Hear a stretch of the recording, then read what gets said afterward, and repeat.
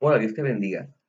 Hoy quisiera que habláramos un poquito sobre una lectura bíblica que algunas personas, especialmente no católicas, utilizan para justificar y decir que la fe católica está equivocada porque la fe católica se centraliza en el sacrificio de Cristo en la Eucaristía, de su eterno sacerdocio y de cómo nosotros como pueblo sacerdotal vivimos y renovamos diariamente ese sacrificio a través de la Eucaristía.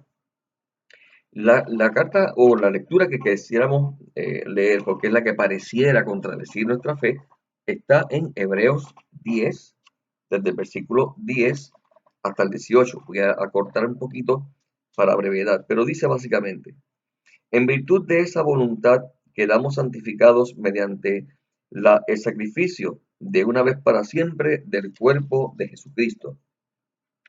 Todo sacerdote está en pie día tras día, oficiando y ofreciendo reiteradamente los mismos sacrificios que nunca pueden borrar pecados. Él, por el contrario, o sea, Jesús, habiendo ofrecido por los pecados un solo sacrificio, se sentó a la derecha de Dios para siempre, esperando desde entonces hasta que sus enemigos sean puestos como estrados de sus pies. Mediante una sola oblación ha llevado a la perfección definitiva a los santificados. Un solo sacrificio y poder ha llevado a la perfección definitiva a todos los santificados. También el Espíritu los testigua, entonces cita del Antiguo Testamento y luego dice, ahora bien, donde hay obras, perdón de estas cosas, ya no hace falta oblación o sacrificio por el pecado. Uno lee eso y dice, ahí está clarito. Cristo ofreció el sacrificio una sola vez y donde Cristo ofreció su sacrificio que es perfecto y eterno, ya no hace falta ofrecer ningún otro sacrificio, porque ese es el definitivo y ese es el que salva.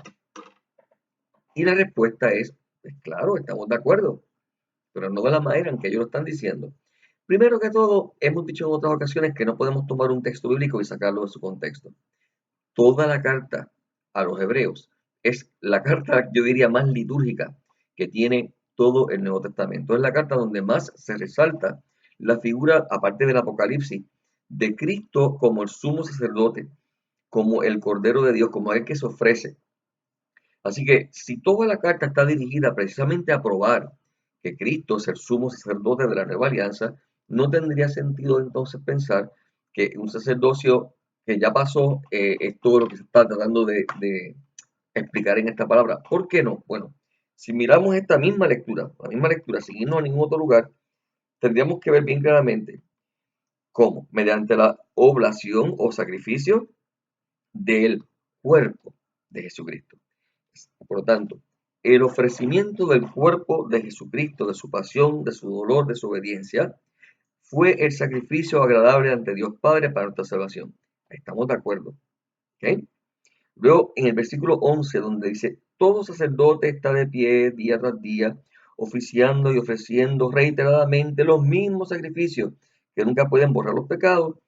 Recuerden que cuando esto se escribe, si Pablo, que se llama, o el autor a los hebreos, que se llaman a sí mismos sacerdotes, y que ellos mismos, en Hechos de los Apóstoles, te demuestra que ellos mismos, miren Pablo celebrando la misa en Tróade, celebraban misa, no tiene sentido de que si ellos celebraban misa, históricamente esto está comprobado, pues entonces dijeran esto, porque se estarían contradiciendo. Pero ¿de qué sacerdote están hablando aquí? De la antigua alianza. ¿De qué sacrificio que no puede borrar pecado? De los antiguos sacrificios de animales. Y esto lo sabemos porque si lees toda la carta a los hebreos, que no lo vamos a hacer aquí ahora, tú puedes ver esta comparación entre la antigua alianza que no podía realmente salvarnos y la nueva alianza que es definitiva que nos salva en Cristo. Así que este texto lo que está haciendo es comparando el sacrificio de animales que hacían los sacerdotes en el templo y que obviamente no podía salvarnos con el sacrificio de Cristo en su cruz, en su cuerpo, que es eterno. ¿Ok? Ahora bien, cuando dice, donde ya hay perdón de los pecados, no hace falta más sacrificio, podríamos decir entonces, a ver, entonces ve, no hace falta más ninguno. No, ¿por qué no? Porque lo que está diciendo es lo mismo que acabo de decir, donde se ofreció Cristo, ya no hace falta seguir matando animales, ya no hace falta seguir ofreciendo sacrificios de el Antiguo Testamento para salvarlos, para librarnos del pecado. ¿Cómo lo sabemos? comparando, como les dije antes, un texto con el resto de los textos. ¿Qué es lo que tenemos que hacer? Vamos a ver en la misma carta a los hebreos, para que veamos que no tenemos que ir muy lejos.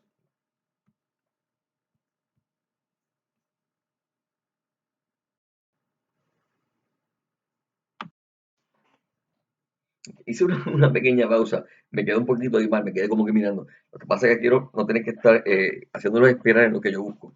Pero fíjese que la misma carta a los hebreos, la misma, en el mismo capítulo, en el versículo 18 terminamos diciendo, donde hay sacrificio ya no hace falta, donde hay perdón no hace falta sacrificio, ¿verdad? Vamos a ver un versículo más abajo, vamos a seguir, dice, tenemos pues hermanos, plena confianza para entrar en el santuario en virtud de la sangre de Jesús, por este camino nuevo y vivo. Aquí está la comparación de la antigua alianza con el camino nuevo en Cristo, inaugurado por él para nosotros a través de la cortina, es decir, de su propio cuerpo. Este énfasis en el cuerpo de Cristo, ¿verdad? Tenemos un sacerdote excelso al frente de la casa de Dios. Acerquémonos con sincero corazón, en plenitud de fe, purificados los corazones de conciencia mala y lavado el cuerpo con agua pura, que es el bautismo. Mantengamos firme la confesión de la esperanza, pues fiel es el autor de la promesa. Y por ahí continúa inclusive, dice, porque recuerden, eh, si no creyéramos en el sacrificio, cada uno de nosotros básicamente podríamos celebrar a Dios en nuestra casa, en privado. Si se basara realmente en lo que dicen los hermanos protestantes, en una relación personal entre Cristo y yo, nada más, entonces este texto que continúa no haría sentido. Fijémonos los unos en los otros para estímulo de la caridad y las buenas obras, sin abandonar nuestras asambleas, como algunos acostumbran a hacerlo, antes bien animándose, tanto más cuanto que ven que se acerca ya el día. Por lo tanto, esto de que cada cual por su lado no es cierto. Pero fíjense lo que acabamos de leer. Estamos completamente confiados porque sí, entramos por virtud de la sangre de Jesús y entramos por la cortina del cuerpo de Jesús. Qué interesante, porque nos está diciendo, estamos lavados con su sangre y entramos a través de su cuerpo. En la Eucaristía, nosotros precisamente lo que decimos es el cuerpo y la sangre de Jesús. Vamos a buscar ahora Hebreos 7, 24. A ver si no tengo que hacer la pausa. No los hago esperar mucho. 20 al 24. Hebreos 7, 20 al 24, donde dice, misma carta, y por cuanto no fue sin juramento, pues los otros fueron hechos sacerdotes sin juramento, mientras que Cristo lo fue bajo juramento, por aquel que le dijo, juró el Señor y no volverá atrás, tú eres sacerdote para la eternidad. Por eso, de una mejor alianza resultó fiador Jesús, sacerdote por la eternidad, no sacerdote por un momento en la cruz, no sacerdote por 3 horas en la cruz, sacerdote por la eternidad. Además, aquellos sacerdotes, los de la antigua alianza, fueron muchos, porque la muerte les impedía perdurar. Pero este, Jesús, posee un sacerdocio exclusivo, porque permanece para la eternidad. De ahí que pueda también salvar definitivamente a los que por él se acercan a Dios, ya que está siempre vivo para interceder en su favor. La acción de Jesús no terminó en la cruz, es para la eternidad, es continua, tiene un sacerdocio diferente, nuevo. Y porque es eterno, dice aquí, por eso puede salvar definitivamente a todos los que se acercan a Dios, no únicamente a los primeros cristianos hace 2000 años atrás. A nosotros, los que hoy día nos acercamos a Dios, nos puede salvar. ¿Por qué? Porque su sacerdocio es eterno, porque continúa constantemente. Eterno no significa muchos días, eterno es siempre presente. Eternidad para Dios no es mucho tiempo, eternidad es un eterno ahora. Ahora, no hay cambio, es todo lo ve desde principio a fin como una sola realidad. Entonces, Cristo es eterno porque Cristo vive en la eternidad y su sacerdocio es eterno porque Él es eterno. Por lo tanto, ya que es un siempre ahora, se aplica a mí ahora, a tu ahora y al ahora de cada ser humano desde que Él murió en la cruz hasta que Él vuelva.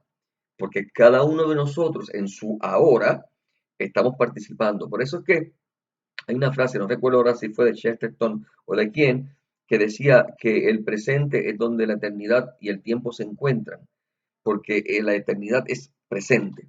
Y cuando yo estoy en este presente, estoy viviendo un poquito la eternidad. Así que la eternidad del sacerdocio de Cristo es para que cumpla o cubra todo momento presente de todo hombre, desde que Cristo murió en la cruz hasta que Él regrese e inclusive se pueda aplicar a los que estaban antes de Él, porque Abraham, Moisés y todos ellos fueron salvados en atención a los méritos de Cristo, no por méritos propios, sino por los méritos de Jesús que serían eternos.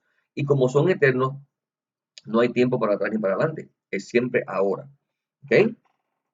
En Hebreos mismo 7, en el versículo 17, había dicho bien claramente, todo esto es mucho más evidente aún si surge otro sacerdote a la manera de Melquisedec, que lo sea no por la ley de sucesión carnal, sino por una fuerza de una vida indestructible, eterna.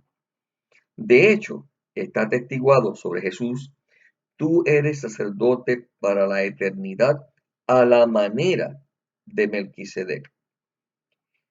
De este modo queda derogado el precepto anterior, por razón de su ineficacia e inutilidad. Ven, toda esta carta a los hebreos lo que nos está diciendo claramente es la antigua alianza era ineficaz. Por eso es que Cristo viene a traer una alianza nueva y definitiva. ¿Por qué? Porque Él es eterno, porque Él se ofrece en su cuerpo y su sangre por la eternidad y por eso nos puede salvar. Porque se aplica a todo hombre desde el principio de la creación hasta el fin del mundo. Pero fíjense cómo, a semejanza de Melquisedec. Esto es muy importante porque si buscamos a Melquisedec en el libro de Génesis, es aquel sacerdote y rey que cuando Abraham conquista a los reyes enemigos, va y le ofrece en sacrificio al Dios de Abraham pan y vino. Entonces, tú eres sacerdote por la eternidad a semejanza de Melquisedec significa, dijimos ya, tú ofreces tu cuerpo y tu sangre en la cruz y nos salvas. Pero tú ofreces tu sacerdocio no solo en la cruz, sino como Melquisedec, a través de pan y vino. Quiere decir, por lo tanto, que cuando Jesús va a tomar pan y vino y lo va a convertir en su cuerpo y en su sangre, para que sea un sacerdocio eterno, un sacrificio eterno, entonces la Iglesia Católica está entendiendo esto de una manera correcta.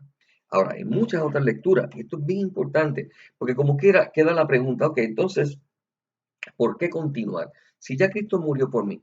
Pues mira, es bien interesante porque si usted fija, pregúntale a cualquier pastor protestante, si Cristo ya murió por nosotros y si Cristo ya sufrió por nosotros y si ya Cristo nos ganó la salvación, entonces, ¿por qué Dios permite que tú y yo suframos?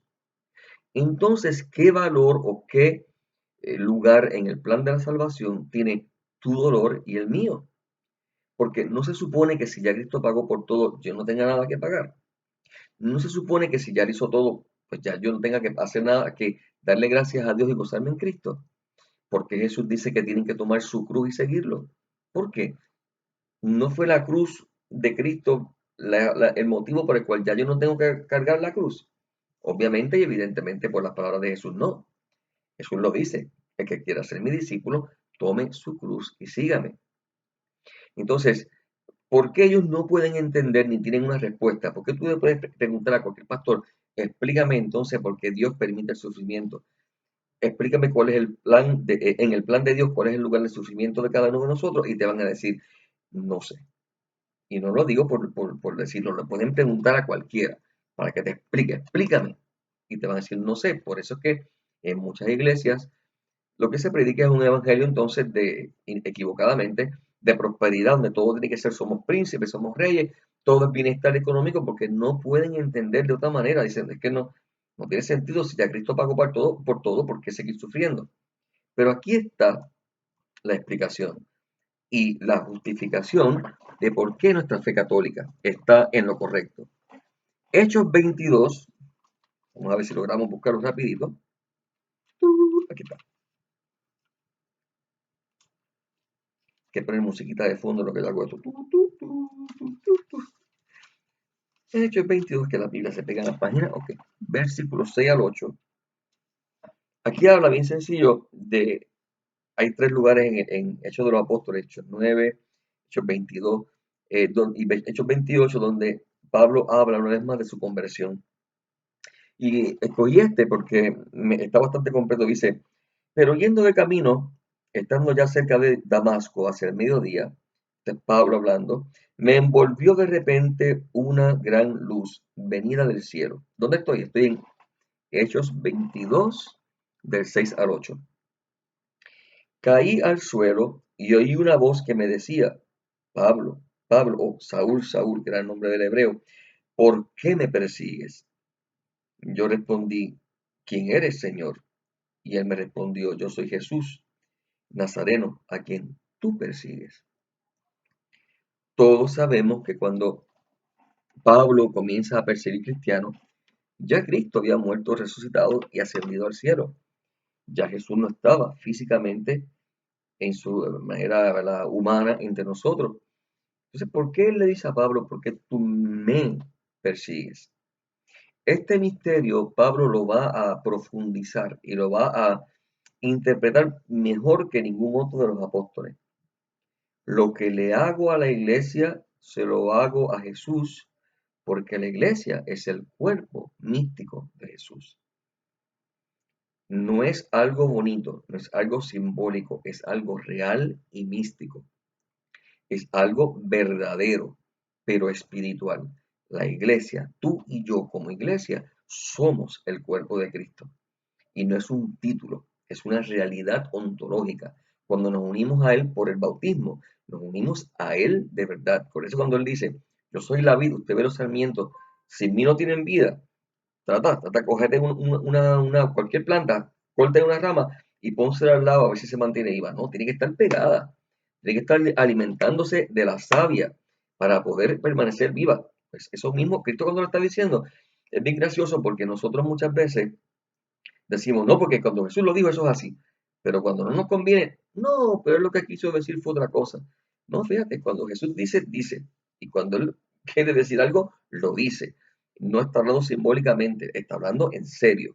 Y lo está diciendo, si ustedes no pueden hacer nada, ustedes tienen que ser injertados a mí. Y somos injertados a través del bautismo. ¿Ok? Así que somos su cuerpo místico. Y esto Pablo lo va a interpretar bien claramente y lo va a exponer en primera carta a los Corintios. Vamos a buscar aquí rapidito. Y en varios lugares, pero estoy buscando una muestra por el límite del tiempo. Ok, 1 Corintios 12, 26 al 27. Dice, toda la carta, todo el versículo 2, el capítulo 12, perdón, habla de los dones espirituales, de los carismas y de los carismas en el cuerpo místico de Cristo.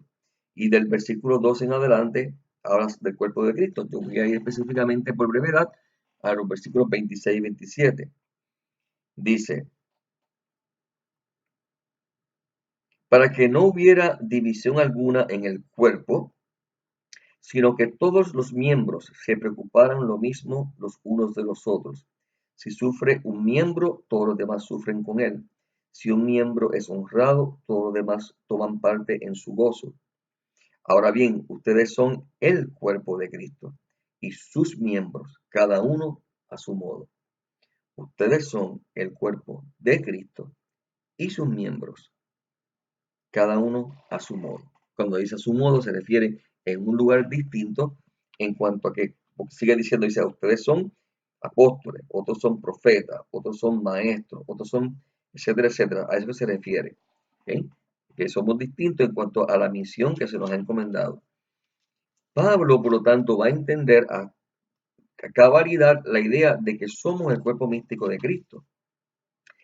A tal punto que se va a atrever a decir en Colosenses 1:24, ahora me alegro por los padecimientos que soporto por ustedes y completo lo que le falta a las tribulaciones de Cristo en mi sangre en favor de su cuerpo, que es la iglesia.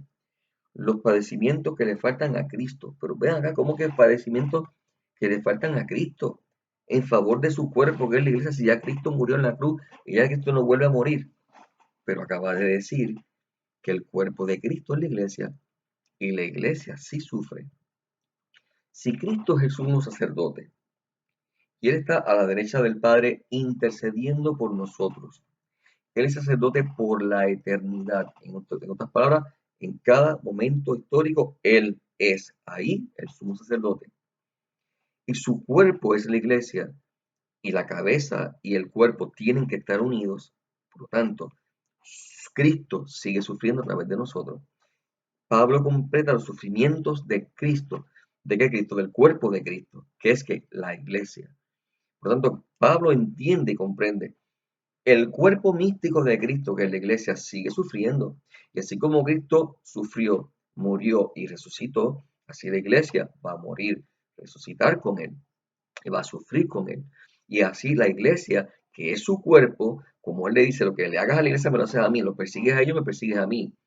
Mientras esta iglesia sufre, su cuerpo sufre, Cristo sufre con nosotros, como lo hizo en la cruz, y lo vuelve en un momento presente eterno a ofrecer al Padre. Por lo tanto, lo que está haciendo Jesús con nosotros, iglesia, es haciendo mi historia y tu historia participar de su sacrificio en la cruz. Porque como Él en una eternidad, en un momento presente, es sumo sacerdote siempre y a cada instante, ahora cuando yo estoy aquí en esta tierra con problemas, dificultades de salud, económica, de relaciones, de lo que sea, Cristo sigue sufriendo conmigo. Yo soy su cuerpo. Y por tanto, Cristo está sufriendo conmigo. Cristo está unido a mí. Y Cristo está ofreciendo al Padre, como hizo en la cruz, todo este sufrimiento. Toma, Señor, Padre, el sufrimiento de la situación económica de mía, porque no va a ser ni siquiera de Tommy, mía. Te lo ofrezco, Padre, como lo hice en la cruz.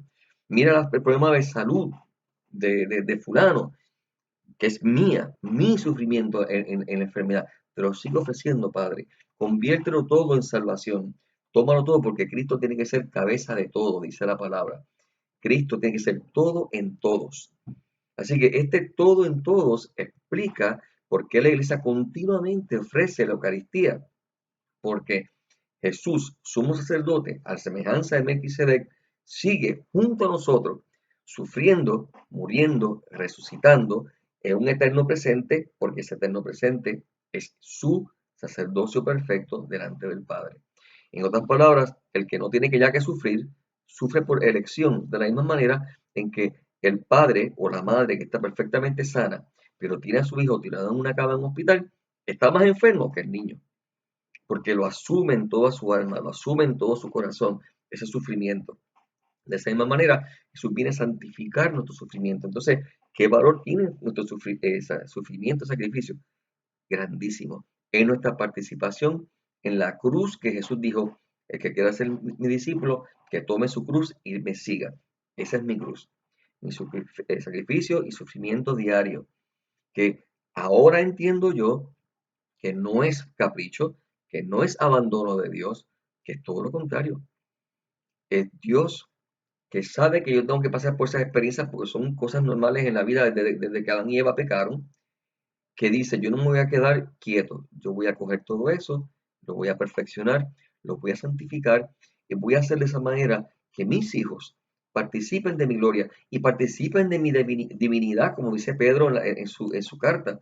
Somos partícipes de la naturaleza divina, pero no somos partícipes de la naturaleza divina solamente para de la gloria, sino de todo lo que la naturaleza divina significa en amor y en sacrificio para la salvación de los hombres en todo ese sacrificio que Dios quiere llevar a cabo y que lleva por nosotros porque quiere salvarnos, porque quiere que un día estemos plenamente en su presencia.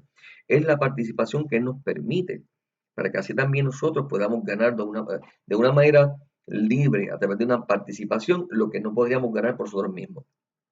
Lo que Él nos regala, porque es un regalo, pero yo tengo que mantener y yo tengo que perfeccionar de la misma manera en que tú le regalas a tu hijo un carro o cualquier cosa y tú esperas que lo cuide y lo use con bien.